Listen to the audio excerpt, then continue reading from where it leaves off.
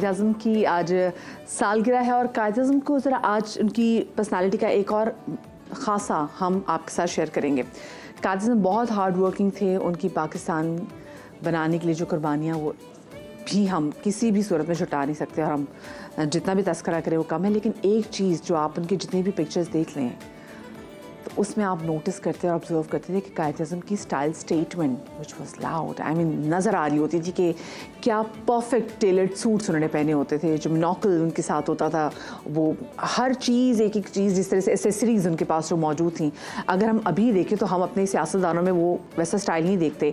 1946 पाकिस्तान बनने से भी एक साल पहले न्यूयॉर्क टाइम्स में उनको वेल ड्रेस्ड जो है ना पॉलिटिशियन का नाम भी उनको क्या कहते हैं ना खिताब उनको दिया गया था कि वो ऐसी उनकी स्टाइल स्टेटमेंट थी।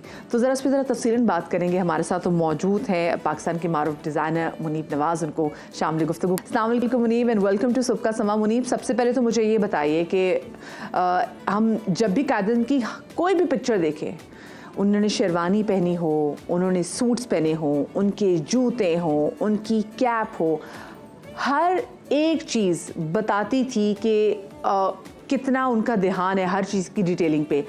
जब आप देखते हैं बीइंग अ डिज़ाइनर तो आप इससे क्या इंस्पिरेशन लेते हैं और किस तरीके से आप कायद-ए-आज़म की स्टाइल स्टेटमेंट को डिफाइन करेंगे यहाँ पे? Quaid e Azam has been style inspiration not just for me. I think बहुत सारे पाकिस्तानी डिज़ाइनर्स जिन्होंने मेंसवेयर में काम किया है, आई थिंक उनका बहुत मेजर रोल है। बट हम लोग अगर उसको इस तरीके से भी देखें ना कि अगर आपने कोई चीज़ अचीव करनी है तो उसके अंदर ड्रेसिंग का सेंस कितना इंपॉर्टेंट हो जाता है। कि अगर आप ये देखें कि there is a topi that's called Jinnah cap, there is मतलब हम लोग जो ब्रॉड बेल्ट एंड उनको देखते हैं तो आप कहते हैं अच्छा ये कायद-ए-आज़म की एक स्टाइल स्टेटमेंट थी।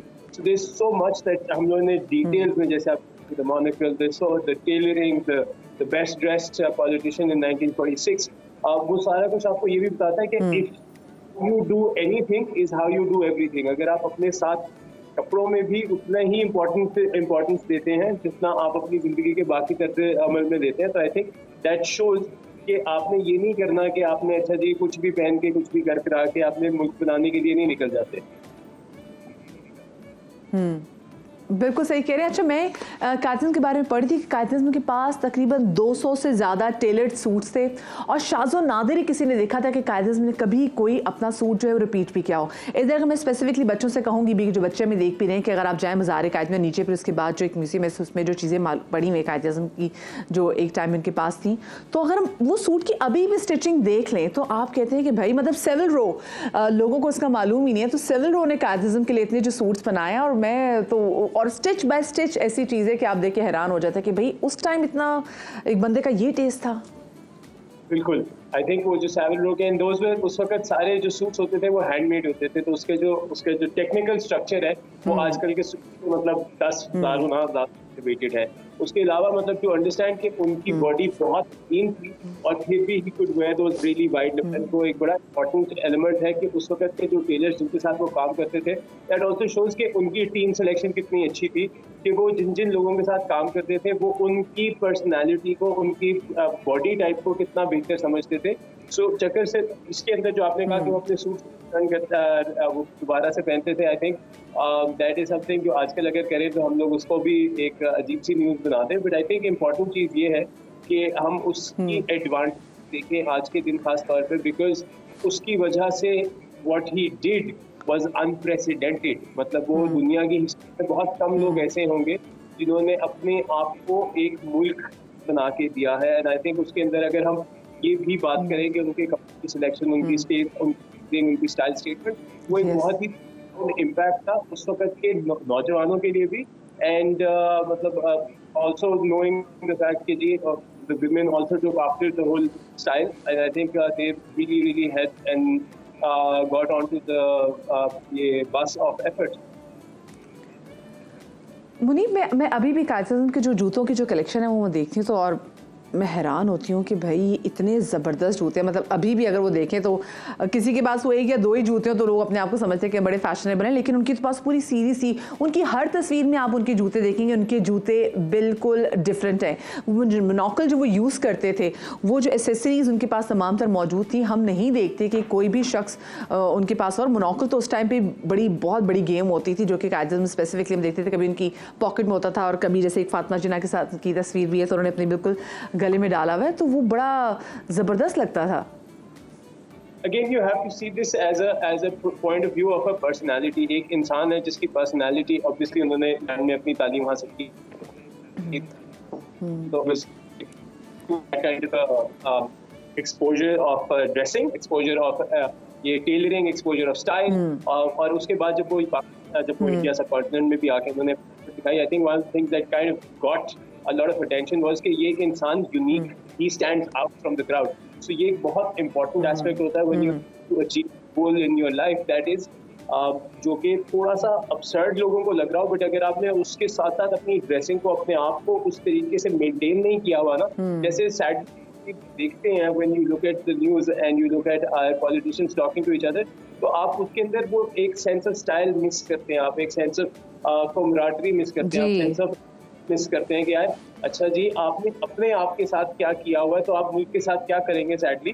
तो वो उस तरह की चीज़ें I think become a very important part as a lesson हम सबके लिए, कि जी आज के लिए हम लोग as the people who are growing up to be the next generation of Pakistani politics, उसके अंदर हमने ये चीज़ों को इम्पोर्टेंस देनी, नॉट जस्ट कि जी हमें पाकिस्तान मिल गया हम उसके साथ सफेद शलवार कमीज ही करते। And he was way ahead of his time. The reason why his daughter used to call her dandy, क्योंकि जो उनका स्टाइल स्टेटमेंट ऐसा था, वो एक्चुअली वो कहते हैं जाज़िब नज़र, सो कायद आज़म वाज डैड जाज़िब नज़र। बहुत शुक्रिया जी, मुनीब नवाज़ मारूफ डिज़ाइनर हमारे साथ मौजूद थे, बात कर रहे थे कायद आज़म के स्टाइल स्टेटमेंट के हवाले से, जो कि अभी भी इस दौरे हाजिर के किसी भी पॉलिटिशियन के लिए, किसी भी शख्स के लिए उनको मैच करना मुश्किल है। छोटी सी ब्रेक लेने, ब्रेक के बाद मिलते हैं।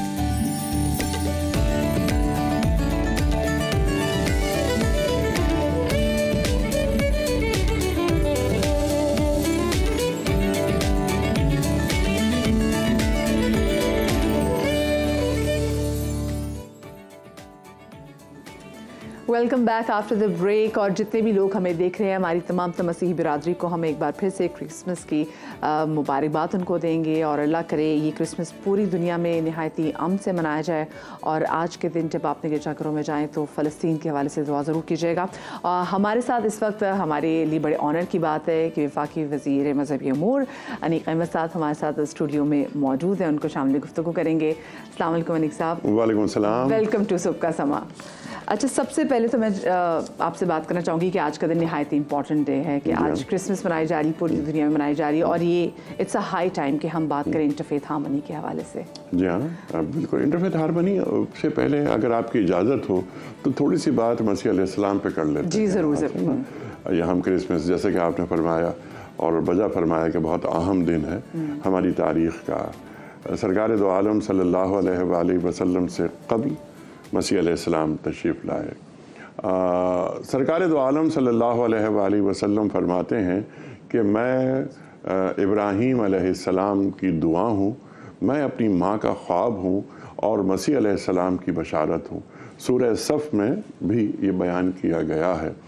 तो सबसे बड़ी बात यह है कि 25 दिसंबर जो हमारे मसीही भाई जिनका ये अक़ीदा है कि 25 दिसंबर को आपकी विलादत हुई, जिस रसूल को वो मानते हैं, ईमान लाते हैं मसीह अलैहिस्सलाम पर, उन्होंने बशारत दी वजह वजूद कायनात मोहम्मद मुस्तफ़ा अहमद मुस्तफ़ा सल्लल्लाहु अलैहि वसल्लम की आमद की।